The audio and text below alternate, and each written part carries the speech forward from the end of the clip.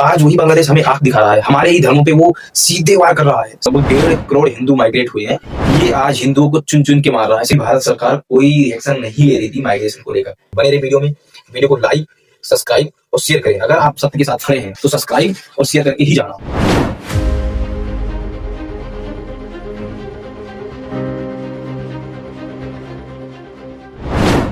नमस्कार दोस्तों, in December 2025, a shocking incident in Bangladesh captured global attention. Lynching and burning of a young man in Bangladesh. Who was that man? Who was that young man? He was Deepu दास। दीपू दास एक 27 वर्षीय युवा था जो मुकामिया कांडा गांव में म्यामन सिंह जिले में रहता था अपनी पत्नी और 3 वर्षीय बच्ची के साथ में। वो एक कारखाने में काम करता था। 18 दिसंबर 2025 को भालुका में एक पायनियर नीट कंपोजिट फैक्ट्री में वो एक इवेंट रखा गया था वर्ल्ड अरेबिक लैंग्वेज डे के उपलक्ष्य में। वहां पर जो इवेंट हो रहा था, जो दीपू दास था उसकी फैक्ट्री का ही एक कलीग ये अफवाह फैलाता है कि दीपू दास इस्लाम धर्म को लेकर अपमानजनक टिप्पणी की है, यानी कि टिप्पणी किया है दीपू दास ने। इस बात को सुनते ही बहुत जल्द एक भारी भीड़ इकट्ठा होकर लगभग 140 से 150 लोग मिलकर दीपू दास को पीटना शुरू कर देते हैं। दीपू दास को इतनी बुरी तरीके से पीटते हैं कि दीपू दास बहुत बुरी तरीके से घायल हो जाता है और फिर वहीं डेथ हो जाती है उसकी। इतना पीटते हैं कि दीपू दास ऑन स्पॉट डेथ हो जाती है उसकी। और फिर इतना ही नहीं, वो भीड़ इस्लाम धर्म के नारे लगाते हुए दीपू दास को एक पेड़ से लटका देती है और फिर जला देती है। इतनी बुरी तरीके से उसको जला दिया गया, उसकी बॉडी को। बाद में पुलिस इन्वेस्टिगेशन से पता चलता है कि दीपू दास का जो कलीग था वो दीपू दास की प्रमोशन और सैलरी को लेकर सहमति नहीं था। ठीक है, वो उसको जलन हो रही थी और उसी ने ही ये अफवाह फैलाई। वो सही बात नहीं थी, सिर्फ उसने अफवाह फैलाई थी कि इसने दीपू दास ने इस्लाम धर्म पे अपमानजनक टिप्पणी की है, जबकि ऐसा कुछ नहीं था। RAB, Rapid Action Battalion, and local police said that they did not find any proof that Deepu made any derogatory remarks about religious. इसका साफ मतलब ये है कि दीपू ने ऐसी कोई टिप्पणी नहीं की थी धर्म को लेकर, और इसका कोई प्रमाण भी नहीं मिला कि दीपू ने सच में ऐसा कुछ कहा था। यानी कि सिर्फ इट इज जस्ट र्यूमर, ये जस्ट एक अफवाह थी।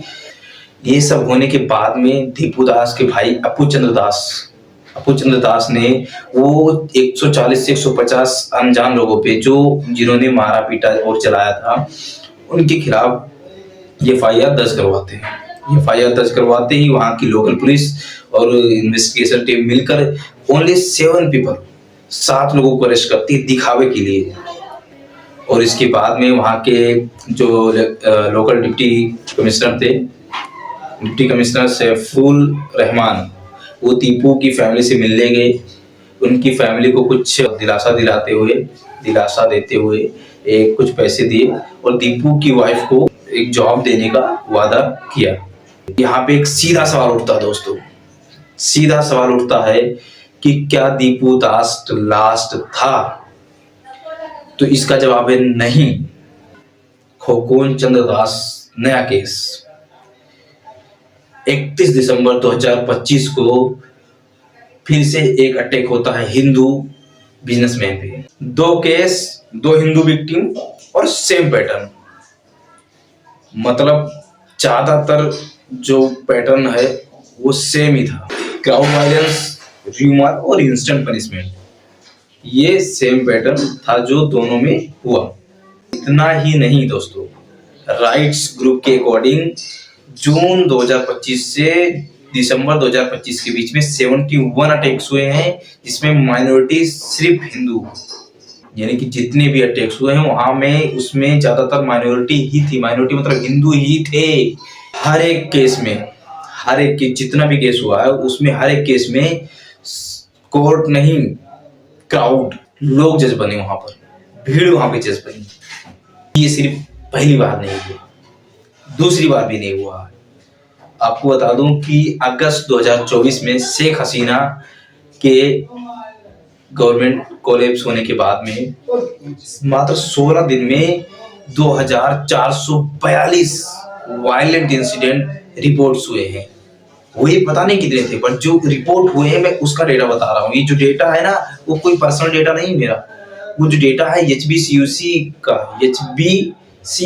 का है, यानी कि Hindu Buddhist Christian unity council का है। आपको मैं बता दूं कि ये कहानी है पुरानी। जो मेजर इंसिडेंट रिपोर्ट हुए दोस्तों, उनमें शामिल है दीपू चंद्र दास केस, खोकोन चंद्र दास केस, गंगा चारा अटैक जुलाई 2025, इसके साथ सब इंस्पेक्टर संतोष चौधरी 2024। इंस्पेक्टर भी सेफ नहीं है क्योंकि वो हिंदू था। दोस्तों पैटर्न क्या था, कोइंसिडेंट है ये या सिस्टमेटिक है ये? आपको मैं बता दूं कि हर एक के केस में ऑलमोस्ट कॉमन चीजें हैं कुछ, जैसे कि एलिगेशन या rumour, crowd formation, target minority, police का लेट रिप्लाई और जस्टिस बाय क्राउड। ये सारे कॉमन एलिमेंट थे। इससे सीधा सवाल उठता है हमारा कि क्या सच में हिंदू खतरे में है? बांग्लादेश में सच में हिंदू खतरे में है? हमारे सामने फैक्ट है, हमारे सामने घटनाएं हैं, प्रूफ है कि हिंदू सच में खतरे में। जब जब आवाज उठी है धर्म को लेकर, तब तक जीत हमेशा आर्यवर्त यानी भारत की ही हुई है। अगर आप फैक्ट के साथ जुड़ना चाहते हो, फैक्ट से जुड़े हो, अगर आप फैक्ट के साथ खड़े हो, तो चैनल को सब्सक्राइब करो, लाइक भी करना। हिस्ट्री उठा के देख लो, भारत कभी पीछे नहीं हट रहा है। अगर उस पर उंगली उठी है तो चैनल को सब्सक्राइब करो, वीडियो को इतना शेयर करो कि हर एक बच्चे को पता होनी चाहिए कि भारत के हिंदुओं के साथ क्या हो रहा है।